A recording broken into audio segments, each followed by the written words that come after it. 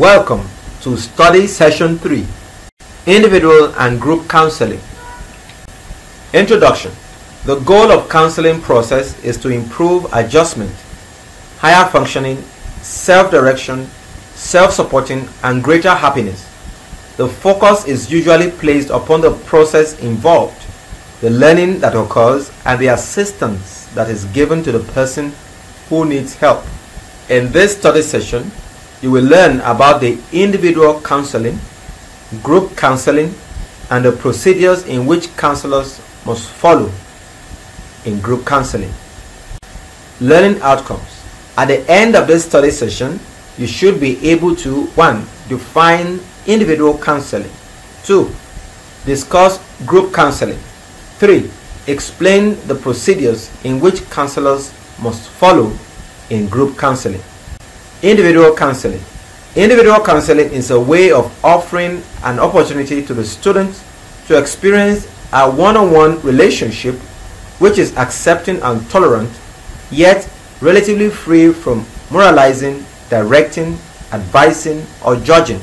In this way, the hope is that students will have enough understanding of themselves so that they can stand on their own feet without support. The following basic assumptions must therefore be accepted for success in any counseling process. 1. The client must be willing to participate in the process. 2. The counselor must possess appropriate training, expertise, and personal attitudes to function effectively. 3.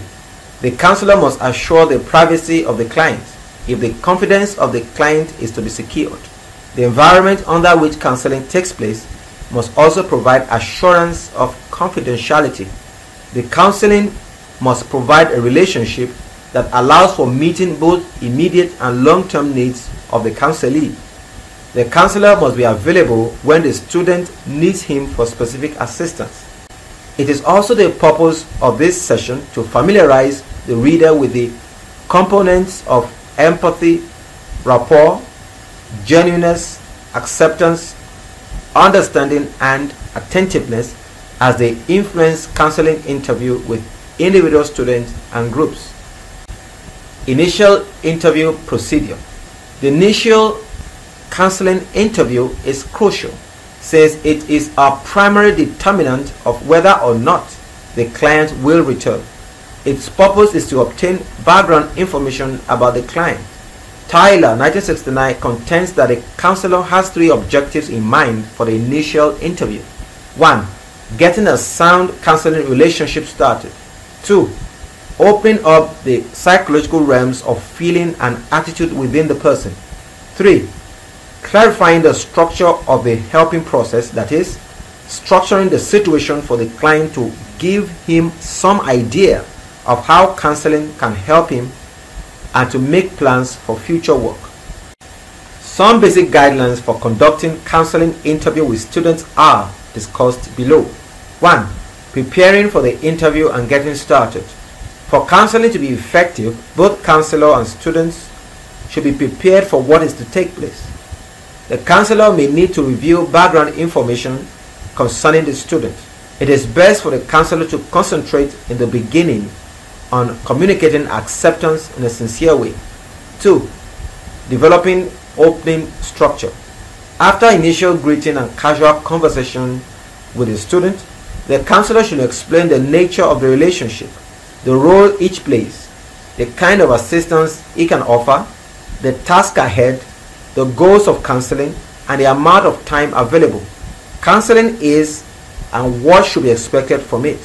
This can be provided in the way the counselor addresses the student. The counselor should mention to the student that what they discuss will be held in the strictest confidence. They can also tell the students, "Hello, Bola, let me close the door and we can get started." 3. Helping the client talk. The counselor may observe that the client is unable to express himself readily because of the nature of some of his problems, even though a source of trusting relationship has been developed. When this occurs, the counselor may need to give particular assistance to get communication going.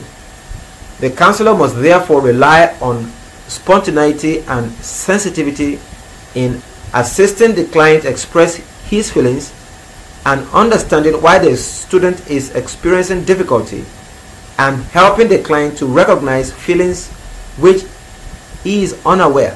4. Remaining alert to client's feeling and providing for needs.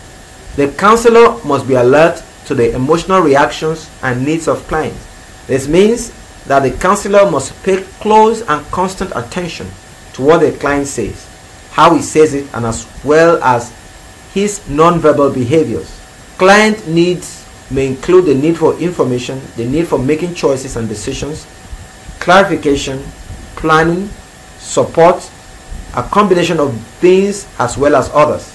If the needs of the client cannot be met by the counselor but by other specialists, procedures for referral must be initiated. 5. Building the relationship.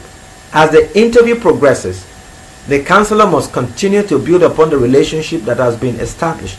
The honesty, expression of interest, humility, and perceptiveness will allow the client to realize that the counselor is fully committed to assisting him.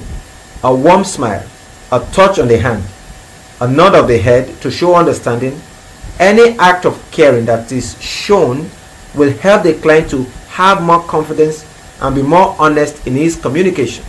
6. Terminating the interview. Termination of the interview session involves A. Bringing an interview to a close, and B. Ending a series of contacts with the client. The decision to terminate a counseling contact can be made by either the client or, in some cases, the counselor. There are various devices the counselor can use to conclude an interview session, namely A.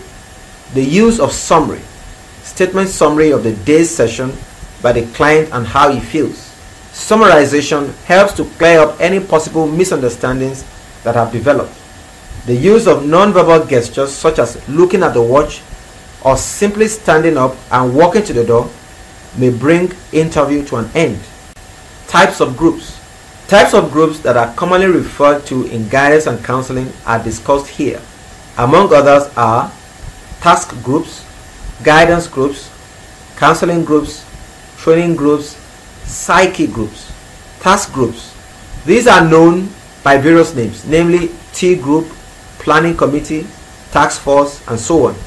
The groups may be selected by self and others according to the competence needed for the task to be performed. The size of the group usually ranges between 5 and 16 members. Focus attention on the specific task assigned to them rather than on the members' needs. The chairman or group leader is usually appointed by the body that set up the T group or elected by members from within the group. The T group is normally given a time limit to complete task. Classification of groups. Groups may be classified from a variety of viewpoints. 1. Typological approach, that is, group classification according to their combinations of characteristics, for example, size, density, cohesiveness, interpersonal activity, and so on. 2. Goal-oriented approach, according to goals, for example, emotional-oriented goals, performance goals, and so on. 3. Polarity approach. Group can also be classified according to polarity, opposite properties, for example, big, small, casual, lasting. Guidance groups. Group guidance is most often used to refer to any part of a guidance program that is conducted with groups of students rather than between an individual pupil and a counselor. Group guidance activities tend to focus more on providing information and experience outside the group setting and its members. Group guidance includes the instruction in the classroom. Its content could include educational, vocational, personal, or social information with the goal of providing students accurate plans and life decisions. Group guidance is often organized to prevent the development of problems of self-appraisal, personal adjustment, and interpersonal relationships. The membership is usually made up of 12 to 25. 3. Counseling groups. Counseling groups provide environment which facilitates self-exploration and allows for alternative behaviors. Members are usually self or selected because of perceived needs for exchange in behavior. Members of counseling groups often have varying problems. Leadership is provided by a counselor with extensive training and experience in group procedure. Group counseling occurs between 6 to 12 members. 4. Training groups. Training groups or T groups are individuals with relationship and skills of interacting with others, primarily in group setting, in order to enhance behavioral changes. Members are self-directed to learn group skills. Attention is usually focused on self-disclosure and feedback. Here and now interaction patterns and behavioral style of members. The leader determines the direction of group according to perceived member needs. Membership ranges between 8 and 12. 5. Psyche groups. The object of psyche group, that is body gang, is to satisfy the emotional needs of its members. The structure is very informal with few rules and regulations. Membership is voluntary and homogeneous, and usually members are of the same age without any visualized goal. That is, their purpose is rarely made explicit. Group counseling. Group counseling is a process in which a counselor is invited into a relationship with a number of counselees. A reasonable number for group counseling is from 6 to 8 at the same time. Group counseling focuses on assisting counselees to cope with their day-to-day adjustment and development programs. For effective group counseling, individual members of the group have been given individual counseling, which makes it possible for them to function within the group and fulfill their contact as group members. Individuals are often aided in developing self-understanding and career awareness through group interaction. Group counseling focuses on experience and feelings of its members. The counselor, as a group leader, helps members to express themselves and clarify their attitudes and views. Mahler, 1979, states that the following 4 factors are basic in group counseling. A. Group interaction is the process for achieving goals. B. Members deal with developmental tasks. C. Feelings are revealed and explored. D. Desired outcomes are self-understanding. Thus, group counseling provides an atmosphere where a person can share with others and gain greater understanding to aid in preparation for decisions related to career development. Values of group counseling. Many advantages of group counseling techniques have been well documented in literature by many counselors, some of which are given below. A. Group counseling provides the counselee an opportunity to develop positive natural relationship with others. B. Group counseling may provide the counselee an opportunity of a real-life situation in which member can test reality, gain insight into his own feelings and peers, reaction feedback, and suggestions concerning alternative ways of behaving with others. C. In group counseling, the counselees not only receive help, but also help others. Group counseling also helps the members to feel closer to others, to understand and accept them. D. Groups provide for an economic use of counselors' time than individual guidance. E. Group counseling maximizes a climate of coping with the interdependence among members. F. Groups encourage self-exploration and provide an opportunity to try out new social skills and roles. The application of group process to career counseling, according to Hare and Kramer, appears to complement current development theory in seeing career development as a universal, sequential process that involves both self and environment, needs and stages that have been identified and are thought to apply across large population of individuals. In a nutshell, the aim of individual counseling can also be realized in group counseling. In both, the objective is to help each individual to achieve a more positive and realistic image. Duties of group members. Individual and group counseling will be more successful when its purpose and the responsibility of all participants are defined and understood before counseling session begins. 4 responsibilities have been identified as basic to counseling groups and group members. These are: 1. Each member must determine a purpose for group participation that is meaningful in terms of his current problems, concerns, and circumstances. Assistance may be given to him by the counselor and group members in making this more specific, but the responsibility for determining the objective and attempting to reach it is absolutely his. 2. Each member must involve the group directly in working toward his objectives. His participation in the group will be realized fully when he is able to express himself to others and actively seek support. Each member must listen attentively to the members and concerns of others in the group and attempt to assist them.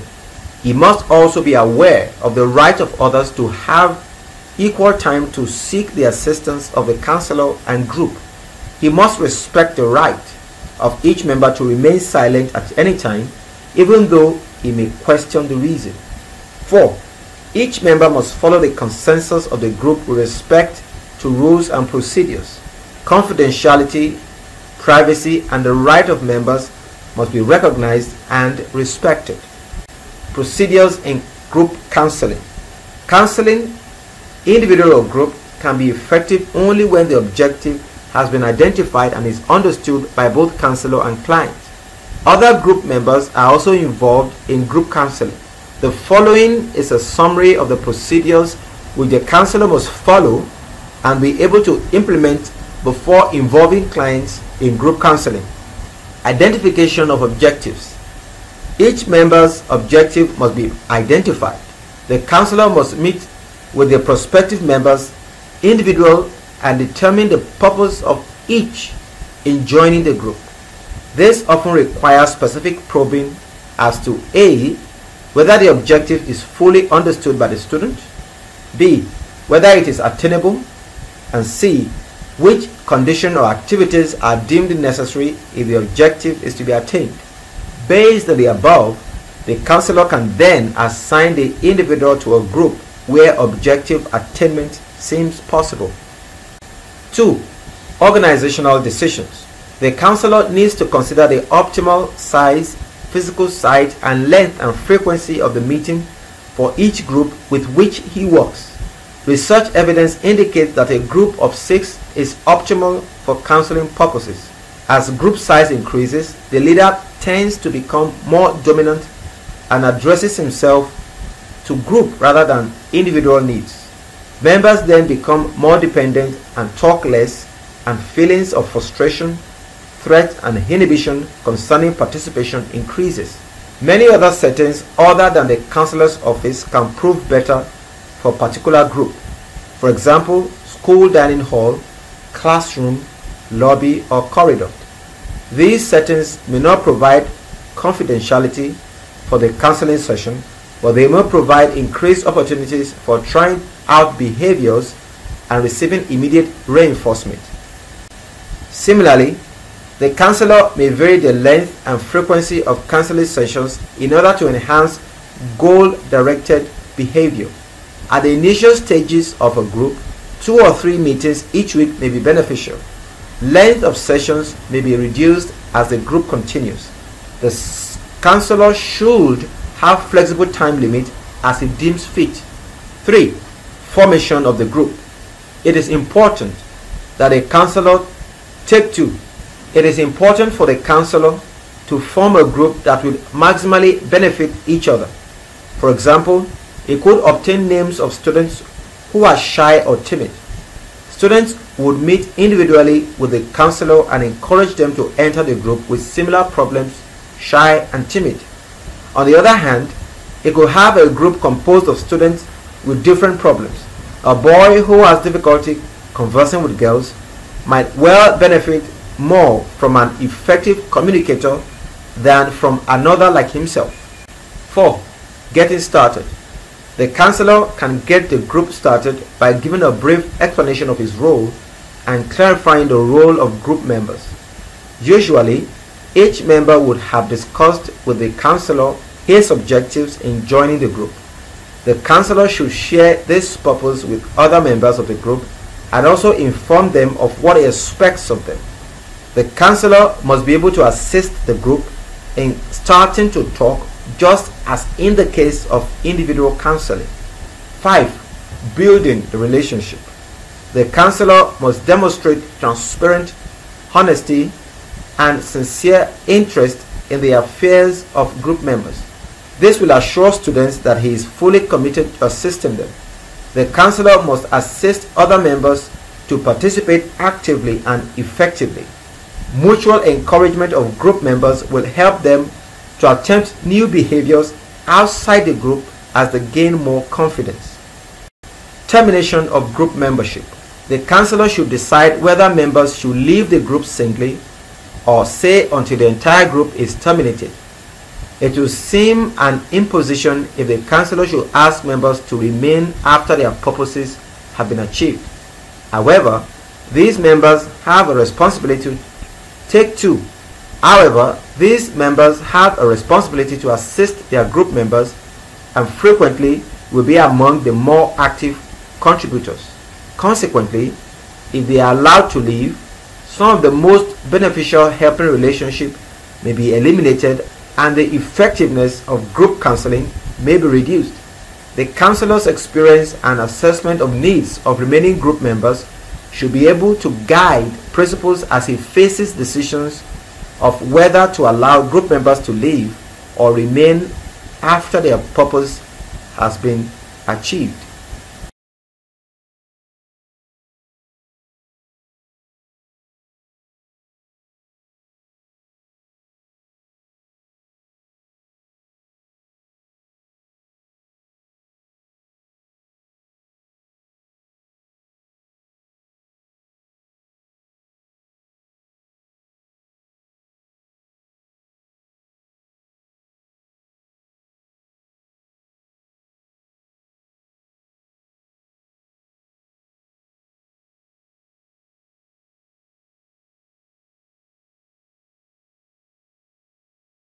Disadvantages of group counseling.